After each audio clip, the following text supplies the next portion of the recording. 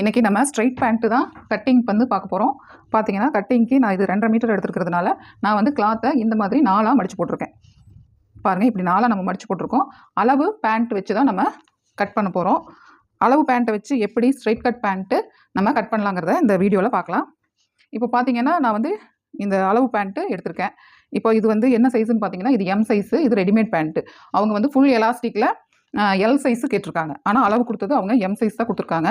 இப்போ நம்ம வந்து எம் சைஸை எப்படி எக்ஸ்டெண்ட் பண்ணி எல் சைஸு மார்க் பண்ணி கட் பண்ண போகிறோம் அப்படிங்கிறத பார்க்குறோம். இங்கே ஃபஸ்ட்டு நான் ஸ்ட்ரைட் லைன் போட்டு இந்த இடத்த கட் பண்ணிக்க போகிறேன். அதுக்கப்புறமா எலாஸ்டிக்குக்காக நான் வந்து இங்கே ஒரு 3.5 இன்ச்சு நான் வந்து மார்க் பண்ணிக்கிறேன். மார்க் பண்ணி ஒரு லைன் வந்து இங்கே நான் போட்டுக்கிறேன். 3.5 இன்ச்சுக்கு மார்க் பண்ணி இப்படி ஒரு லைன் போட்டுக்கலாம். இப்போது நான் எலாஸ்டிக் வந்து தனி பெல்ட் மாதிரி கொடுக்க போகிறதில்ல, நம்ம இந்த கிளாத்லேயே மடிச்சு அடிக்க போகிறதுனால நான் வந்து இந்த மாதிரி 3.5 இன்ச்சுக்கு எக்ஸ்ட்ரா பட்டி மாதிரி கொடுத்துருக்கேன். இது வந்து எலாஸ்டிக்கு மடிச்சு அடிக்கிறதுக்காக இந்த மாதிரி கொடுத்துருக்கோம். அடுத்தது பார்த்தீங்கன்னா பேண்ட்டோட லென்த்து நம்ம மார்க் பண்ணிக்கலாம். பேண்ட்டோட லென்த் எப்படி மார்க் பண்ணுறோம் அப்படின்னு பார்த்தீங்கன்னா அளவு டாப் பேண்ட் இருக்குது. அளவு பேண்ட்டில் நம்ம இந்த மார்க் பண்ணியிருக்கிறதுக்கு கீழே எவ்வளோ வருதுன்னு பார்க்கலாம். இப்போது இந்த பேண்ட் வந்து இவங்களுக்கு லென்த்து கொஞ்சம் கம்மியாக இருக்குது, அதனால் அவங்க லென்த்து ஜாஸ்தி வைக்க சொல்லியிருக்காங்க. இப்போ பார்த்தோன்னா நம்ம இந்த மார்க் பண்ணியிருக்கிற இடத்துல இந்த எலாஸ்டிக் வச்சுக்கணும். இப்போ பாருங்கள், இந்த மாதிரி இப்படி கிராஸில் இப்படி மார்க் பண்ணிக்கலாம். இப்போ பார்த்தீங்கன்னா இந்த மாதிரி கிராஸாக வரும். இது அளவு பேண்ட்டை வச்சு ஈஸியாக கட் பண்ணுற மெத்தடு. இப்போது இந்த மாதிரி கிராஸில் வருது பாருங்கள். இந்த லைனை நம்ம இப்போ மார்க் பண்ணிக்கலாம்.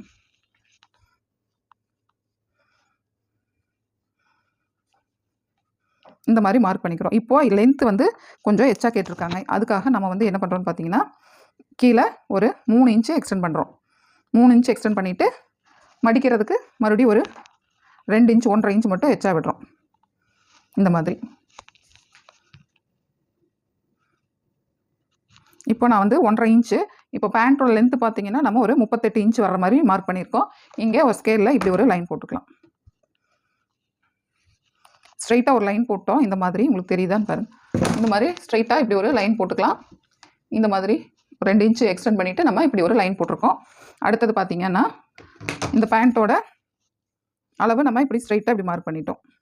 அடுத்தது இது பேக் சைடோட அளவு தான் நம்ம வரையணும். அதனால் இப்போ பாருங்கள், இது பேக் சைடுக்கு இந்த மாதிரி, ஏன்னா பேக் சைடு எப்போவுமே கொஞ்சம் பெருசாக இருக்கும். ஃப்ரண்ட் சைடு ஒரு இன்ச்சு சின்னதாக இருக்கும், பேக் சைடு 1 இன்ச்சு பெருசாக இருக்கும். அதனால் இப்போ பாருங்கள், இது வரைக்கும் தான் இருக்குது. இப்போ இதை நம்ம எக்ஸ்டெண்ட் பண்ணுறதுக்கு இப்போ நான் வந்து இப்படி இதை வந்து இப்படி திருப்பிக்கிறேன். இந்த மாதிரி திருப்பிட்டு நம்ம மார்க் பண்ணிக்கலாம்.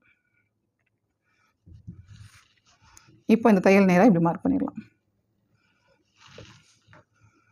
இது எல் சைஸ், எம் சைஸு, நம்ம எல் சைஸுக்கு தான் நம்ம இப்போ கட் பண்ண போகிறோம். இப்போ ஃபஸ்ட்டு இந்த மார்க்கிங் மட்டும் பண்ணிவிட்டு அதுக்கப்புறமா எப்படி பண்ணலாங்கிறத நான் உங்களுக்கு சொல்கிறேன்.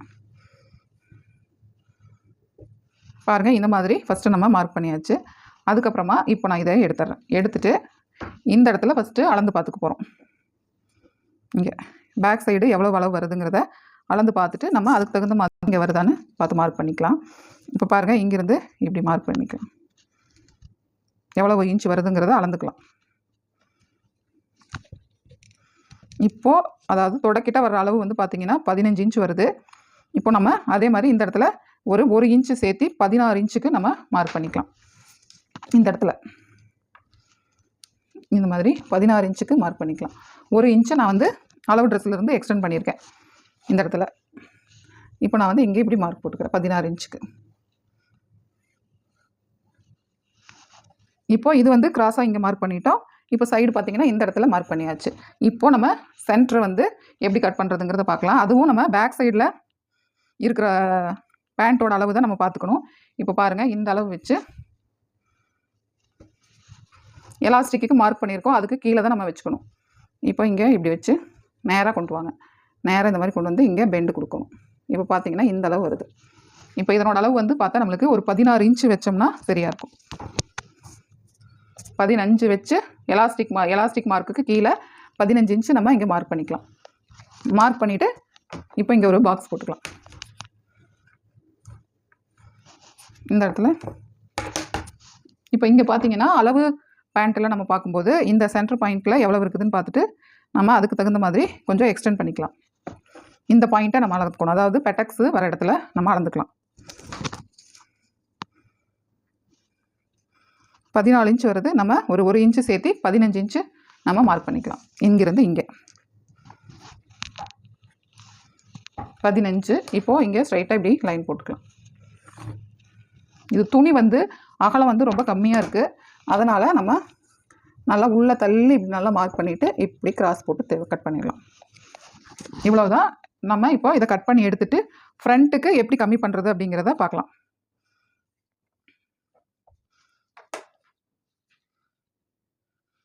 இப்போ நம்ம எலாஸ்டிக்கு இங்கே 3.5 இன்ச் விட்டுருக்கோம். அது போக இங்கே ஒரு 15 இன்ச் வச்சுருக்கோம். அப்புறம் இந்த சைடு பார்த்திங்கன்னா துணி அகலம் இல்லாததுனால இங்கே 2.5 இன்ச்சில் நம்ம மார்க் பண்ணி இந்த சென்டர் பாயிண்ட்டு நம்ம மார்க் பண்ணியிருக்கோம்.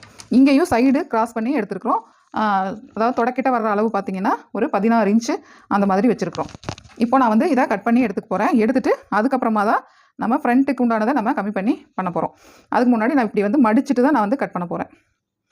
இப்போது கீழே நம்ம மடிக்கிற அளவு மடிச்சிட்டோம் அப்படின்னோம்னா நம்ம தைக்கும்போது அந்த ரவுண்டாக நம்ம ஸ்டிச் பண்ணி எடுத்துக்கலாம்.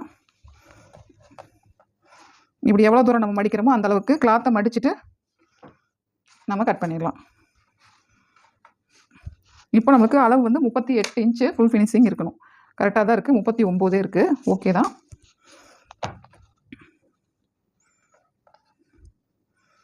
இது துணி வந்து அகலம் கம்மியாக இருக்கிறதுனால இப்போ பாருங்கள் நாம் வந்து இந்த சைடு கிராஸ் பண்ணி கட் பண்ணி எடுத்துடலாம். இந்த மாதிரி கட் பண்ணி எடுத்துட்டோம் அப்படின்னா அதுக்கப்புறமா சிசர் மார்க்கு எப்படி போடுறதுங்கிறதையும் சொல்கிறேன்.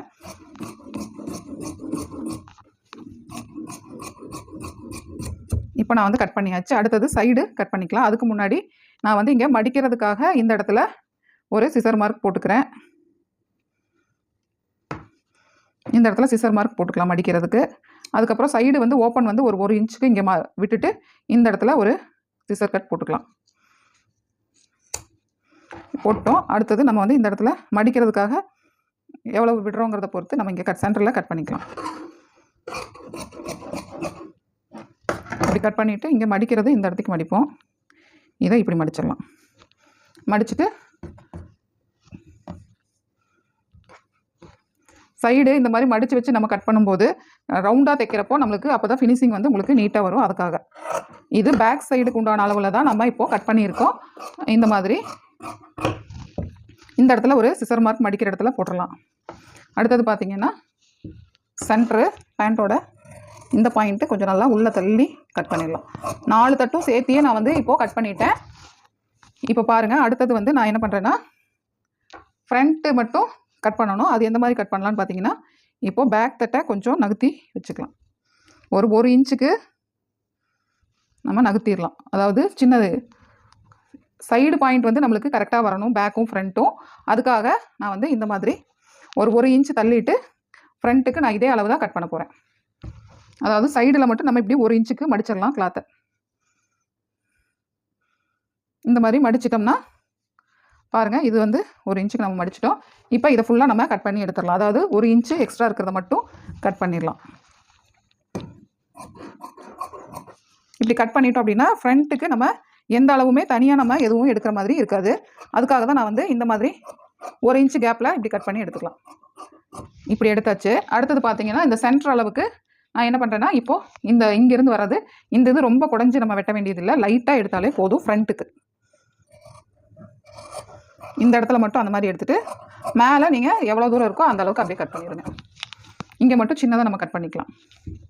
சின்னதானா ஒரு இன்ச்சுக்கு மேலேயே நம்ம 1/2 இன்ச்சு மேலே நம்ம தள்ளி கட் பண்ணிக்கலாம். அடுத்தது பார்த்திங்கன்னா மேலே பெல்ட்டுக்கு வந்து ஃப்ரண்ட்டுக்கு மட்டும் நம்ம இந்த மாதிரி கிராஸ் லைன் போட்டுக்கலாம். அதாவது இங்கே இடுப்பு சைடு கிட்ட அதே அளவு தான் இருக்கணும்.